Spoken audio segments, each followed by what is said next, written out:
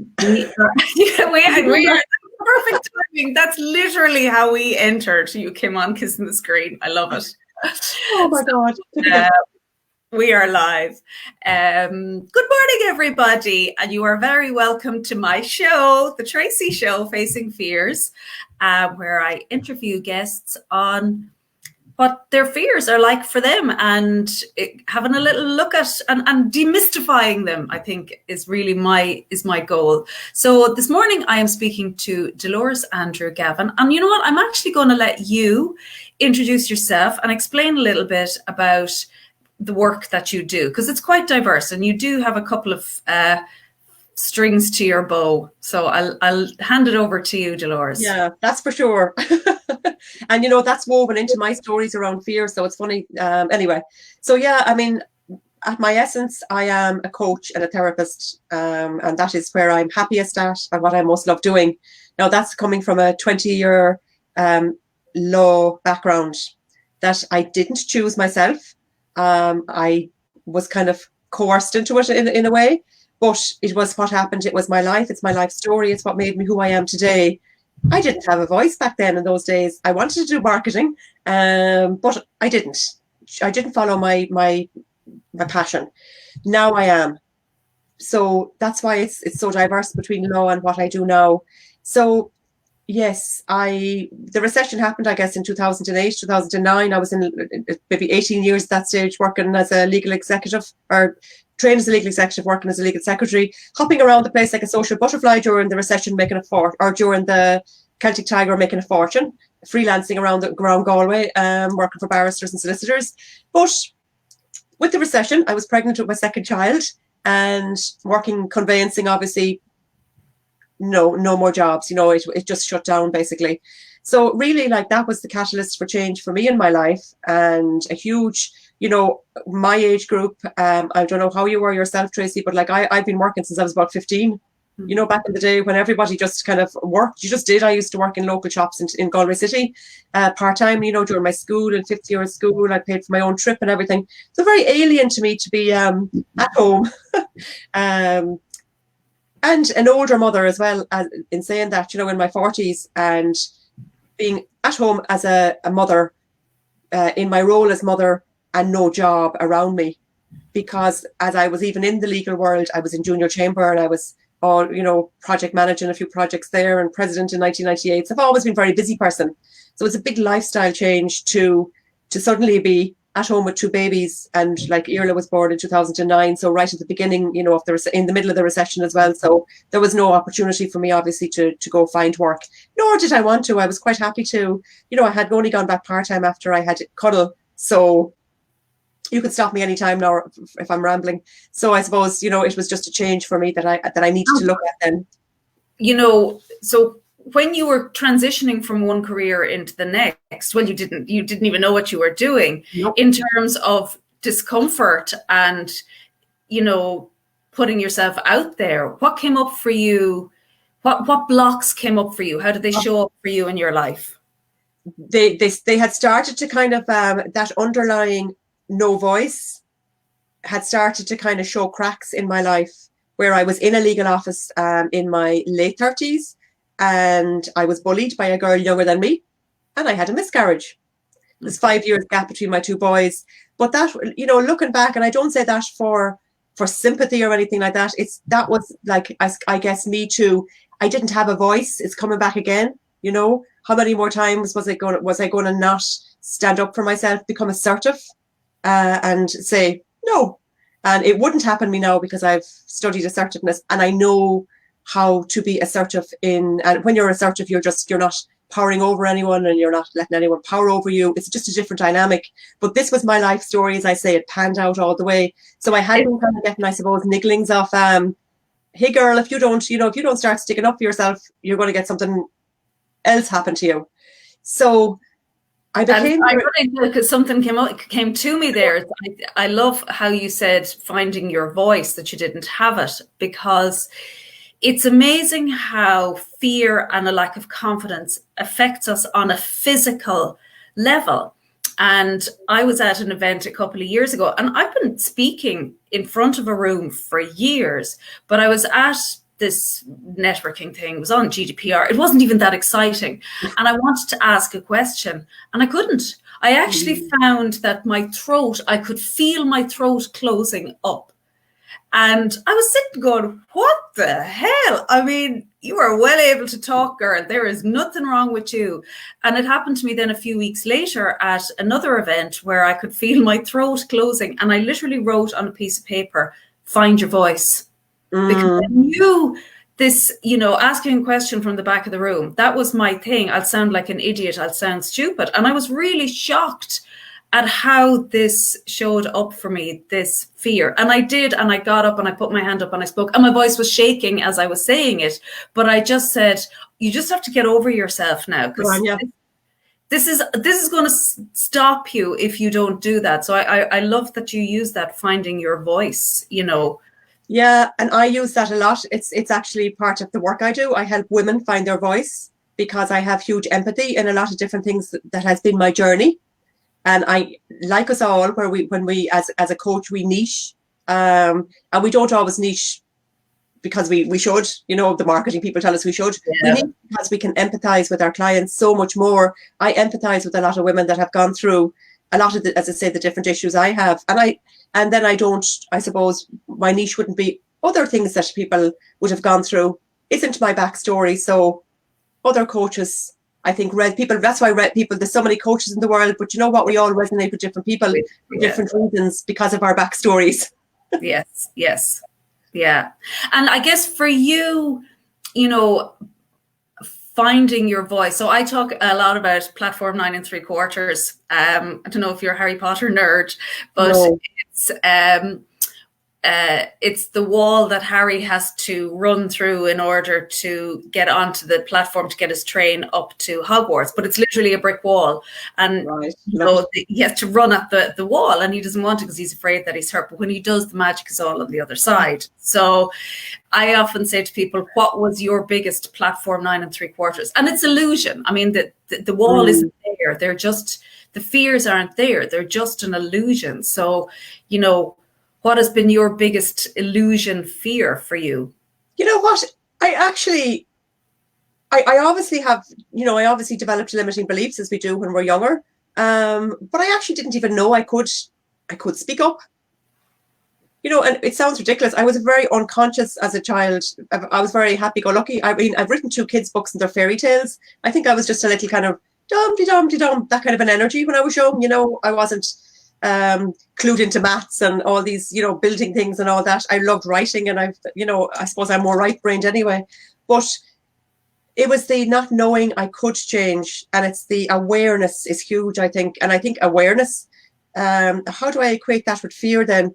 I suppose when you start becoming aware, that's when the fears come up, because you kind of go, oh, there's another world over there? You mean actually I can project this out here?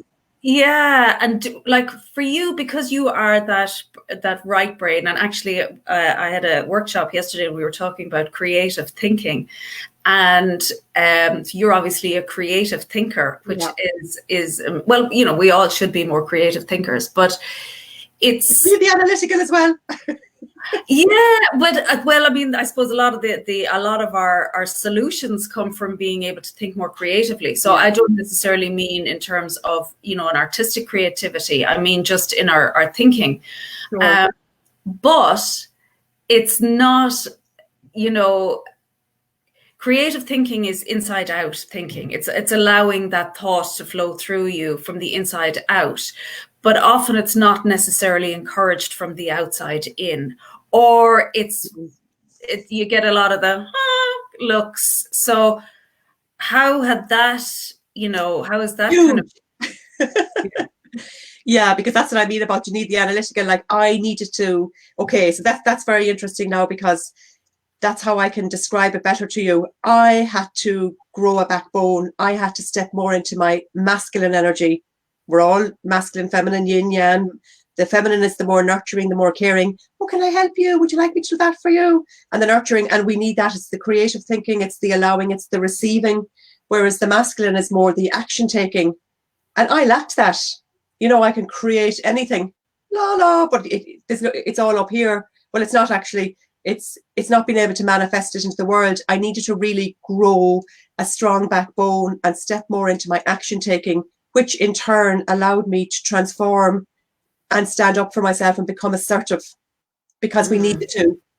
I was very too much on the right brain, for want of a better word, and the too much, I mean, and it's great. I can write books, wonderful. I love writing. It's my passion. It's, if I had my way, and someday I will just write, and that's all. But you certainly, for me, the fears, I suppose, were stepping into the masculine energy, the more action taking. And yes, we do need them both. But that was when then it was like, oh my God. When you do that, when you kind of step into, because I mean, there's the flow of ideas, and there is the knowledge of what we can do and what we can share. But in order to actually share it, and in order to give or to help or to do whatever it is that we want to do, people need to know that we exist. And I know that for me, when I started my business first, I spent an awful lot of time hiding behind my laptop and wondering, why haven't I getting any clients? And realizing, because nobody knows you exist, you dingbat, unless you actually put yourself out there, how is anybody going to actually say, oh, Tracy, we'd love to work with you? They're not going to just miraculously appear. So, what was that like for you to actually, because we need to show up. Isn't that what it is? We need to just step up, show up, say, this is what I do. I'm here. Put my hands up, come look at me. What was that experience like for you?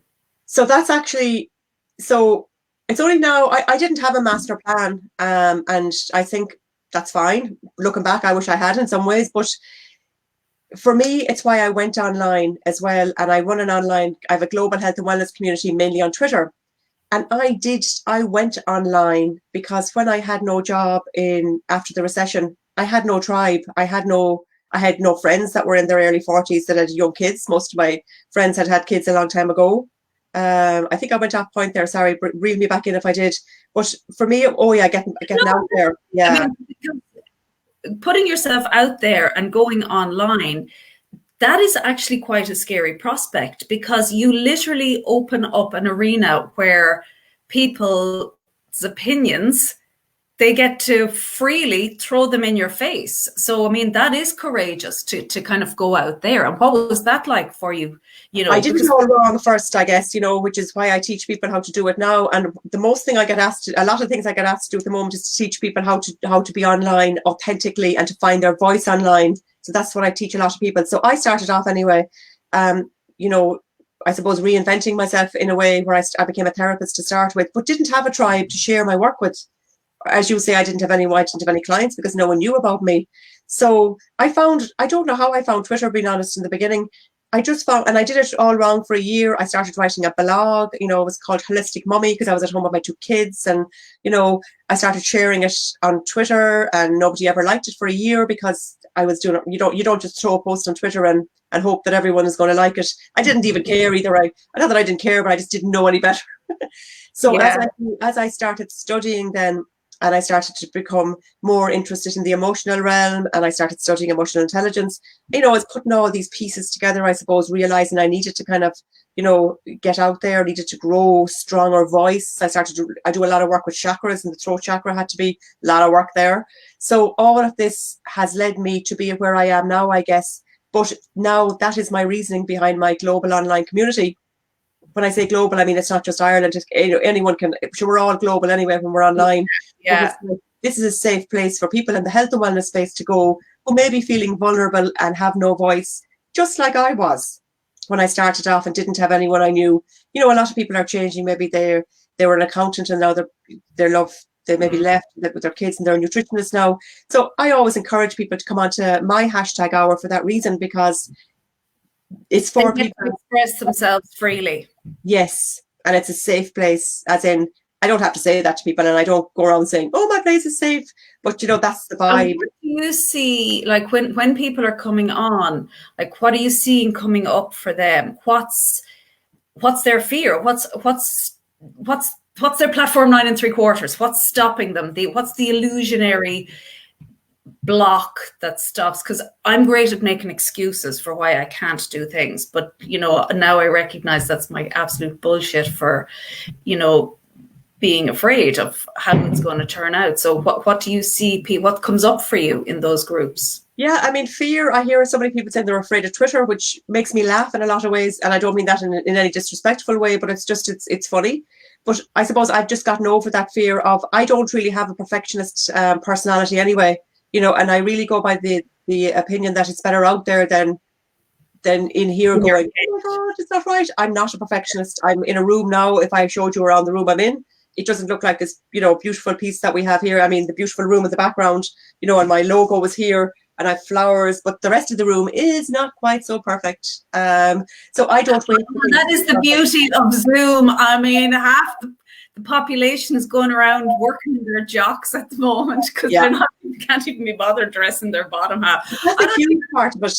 But that's huge, that fear of that really, I think, is the block for a lot of people, afraid of what other people will say about them. But we will always be like that until we stand in our own power. And I think we do that when we become more assertive. And I used to, I often would say to my kids, like, it is that what are other people thinking about us? And I remember having this moment of like, oh my God, other people are just thinking about what other people are thinking about them. So the cycle goes on and on. Nobody's actually thinking about us because we're all busy thinking about ourselves. Absolutely. And how everything else affects us. It's not, but we get so caught up in that fear of other people's judgment.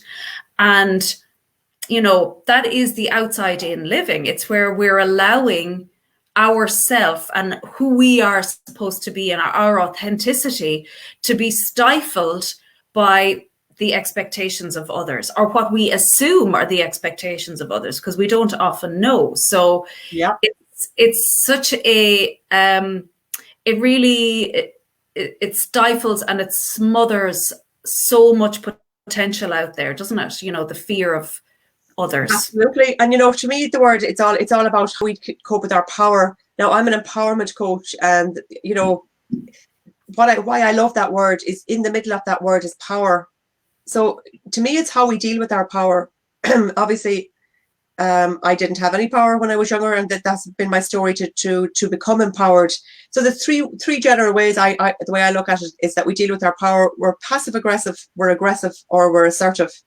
Now, a lot of us fall into the passive aggressiveness, which I have ran courses where people are like, oh, we mightn't like the sound of that. I mean, I have to put up my hand and say we all can be, and including myself. But really, it's not. There's various different degrees of being passive aggressive. Being passive aggressive is a people pleaser. One of the ways we can, and I know I was one for a long time. No, it wasn't consciously. I was. It was unconscious.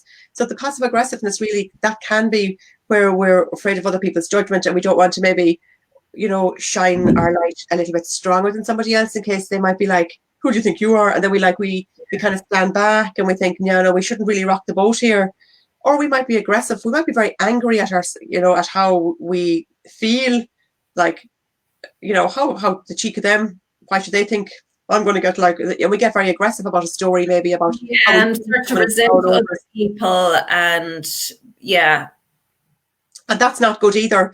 But we can, and there, they can happen in different parts of our life. It doesn't mean that we're an angry person. It just means that in this part of my life, sometimes I can get angry. But then assertiveness is like when you can really just, with your power, stand in your power and be assertive and speak up what you need, have your needs met. Now, it's not always easy, and it's a journey, and it will have ripple effects, and it will annoy people.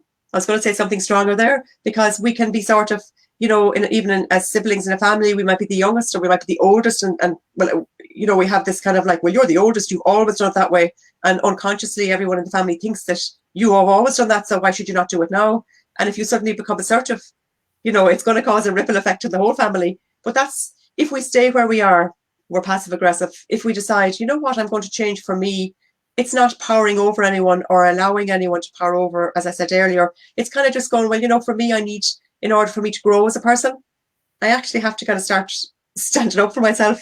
And that has been a lot of my journey, is to just, and it's, finding the voice. It's finding the voice to be assertive. And how have you noticed changes? What has changed in your life and the dynamic of how things work for you by just stepping up and... Yeah, a lot, a lot is changed for the good for me in that I don't really have any guilt doing what I do anymore. A guilt around changing because we can be, and some of this is societal as well for women, not leaving the men out, but unfortunately, there's a societally how the feminine can be viewed is in our psyches, and we can feel that not all of us know, not generalizing, but we might feel guilty if we're a mother that we're actually working. I mean, I my two kids now, and my husband's out working, but I'm at home and I'm still kind of working. I am working as well, so we can feel guilty as mothers, and I certainly do at times as well. So it's that actually saying, I had to do it now yesterday because I was on an online summit. I had to stop myself and say, it's only for today. I'm doing this. Okay, if he has to be on a telly for an extra hour or two, I've done my stuff with them earlier in the day, and I will be back next week when this summit is over. But it's not letting the guilt and shame pull me back and not allow me, get me to get off the summit and then stop working. And then what happens to me? Do I become angry? Do I become a victim again, going, oh, nobody lets me work on this house? You have to step into your power, and that will have an effect. But it's to get rid of the guilt and the shame. And that's huge for everybody. Then I'm showing my children that I'm as an individual that I actually have rights. They are not rights, but like they see me respecting myself more by being a certain. I do think that's really important. Our kids do as they see and not as we say, and it's I do know that more and more, I suppose, parents in particular are becoming aware of the importance of personal development and emotional intelligence. And, they're teaching these values to their kids, but they're not really practicing it themselves in terms of it's really important to love yourself and it's really important to care for yourself. But I'm just going to put everybody else before me, and I'm not going to do anything for myself. And that is ultimately the pattern that we all fall into, because that's kind of what we're seeing. And, I've kind of come to the conclusion that, especially when you're in business, and I'm a single parent, that I can either have an immaculately clean house or I can do business. I can either sit down and do all the homework with my kids, or I can grow my business. I can't do both. And, I've just stopped even trying to to go there. My house is kind of tidy, but it'll never be immaculately clean because I don't have all day to spend doing it, because I want to do what I love doing and, what brings me joy. But ultimately, you're doing it as well for your children, so, yes. And like that's one of the exercises I do with people is finding your why, because at the end of the day, we can say that we can have this outside story, the elevator pitch that we tell people, well, I whatever, but like our why goes past the cognitive layer and into the emotional layer. And like at the end of the day, a lot of the time is, that's where we find our passions, but that's where we realize our values and what we value and what motivates us to do what we do every day. And, like our children, and, fair play to you as a single mom, you obviously, you're not doing it just for yourself, you're doing it for your family as well. So yeah, there is an element of that. I mean, but also I guess I want them to see that, what you can achieve, or not to kind of just do shit, try shit, see, some of it works, some of it doesn't work, just have fun. And actually that's kind of the main thing that I'm trying to do, is whatever I'm doing at the moment is ask myself, are you having fun? And if the answer is no, then I need to stop doing it and find something else. So I'm just really does this bring me joy? I'm Marie Kondoing my business and my life in terms of what stays and what goes. Yeah. It's amazing how a lot of people, I think we spoke about that, how a lot of people realize they weren't doing anything for themselves before this pandemic. You realize, oh my goodness, we think we might be, doing a little bit, going for a walk or whatever, but you realize how much stuff. Well, one of the things that I realized was that most of my time was spent in strategic planning. Pickups, drop-offs, this thing, that thing, meeting here, be there, what time, reminder in my phone, calls with clients, speaking gigs. And by the end of the day, there was no space left for creative thought or for ingenuity or for any kind of inspiration, because my brain was full of stuff. Stuff. Yeah. Stuff, packed to the gills. And for me, and actually I've had I'm kind of zoomed out of it now this week. I've had a lot on. But I don't have all of the spinning plates anymore. So I have time, and my head feels empty a lot of the time. And it's just a lovely feeling, because I don't think the idea for doing this Facing Fears it didn't have the space to come in prior to this. It literally just rolled into my brain one day. I said, okay, sure, I'll give it a go, sure. And I did. And it was great crack. And I went, okay, cool, we're going to roll with this and do a bit more of it. But it had the space to get in there and to percolate a little bit. Percolate, exactly. The seed goes in, and I know I find that myself. Sometimes I'll have a great idea, and oh wow, and then by the time the mind clatter starts again, and my phone bings or whatever, and I've lost it. It's never had the time to germinate and to actually grow into a project that will actually benefit people. Yes. So that's, the space and the time, and we're all allowed to. I mean, at our highest self and our highest being, we are perfect just as we are. It's only when we start thinking that we change our perception of that. But we are enough. Everything that we have within us is enough to get us through to where we want to be, as long as we don't think ourselves out of it. And that's really where the issue comes in, is the thinking. It's not in the knowing or the being or what we have within us. It's within every single one of us to be and to try things. But for me, it's the thinking that gets in the way. Yeah, and we have to stop, don't we? As you say, that's the big thing. And like I've had an extremely busy week this week as well, and I need to stop now and to actually think for the weekend, because I will not be able to start. I'm doing a website course, and I will not be able to. No, it's not coding and all that, because I'm not that brain yet, nor do I want to be. But like I have to do work that I started this week on that, which is dropping in again. And even the summit I was on yesterday, it's all about, I now have to redefine my values as well, and look at my offerings, let's say. But if I just start Monday morning again and don't do anything this weekend, and back into the website course on Monday, and more into the kind of design, if I haven't let myself stop and let myself think about, go for a walk and think about all the things I've learned this week, and how do I want to implement them, because like we can go to all the online Zooms, which I'm a bit zoomed out myself, but like if we don't take any action from them, we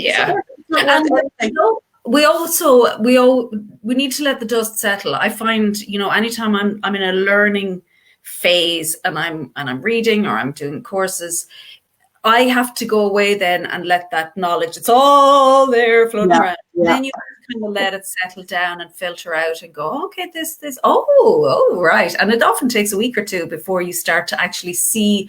It's like, you pour a glass of water, and if the water is dirty or whatever, you have to just leave it alone and let it settle down for a little while to see until the water clears, and then you can see things with greater clarity. So that's really what it is. I think I'm actually going to get, it came to my head there as we were decluttering a bit of the house as well. I came across these big sheets I have, I don't even know what size they are. They're big anyway. But I'm actually going to put some thoughts on that. I'm going to just start that way, to brain dump every now and again when all these things that come up during the day as I'm making dinner maybe later, and I'm back on a summit later on. But just to get the good things out before I forget them again. And I think the brain dumping is very useful as well, to get the thinking out to all the whole stuff. I have Post-its, pads,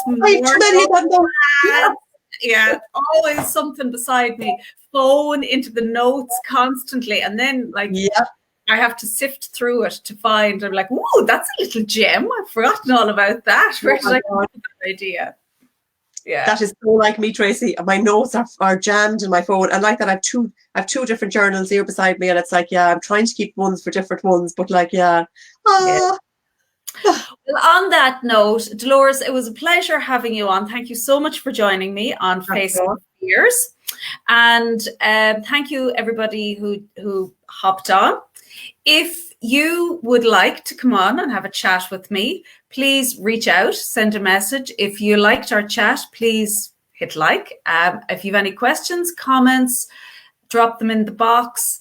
And I've just finished doing a little mini online program, but I'm currently in the process of designing a new program. So if you haven't already and you want to like my page so that you will be kept up to date of what is coming down the line. And Dolores, thank you again, and go and have a lovely weekend and decompress and breathe.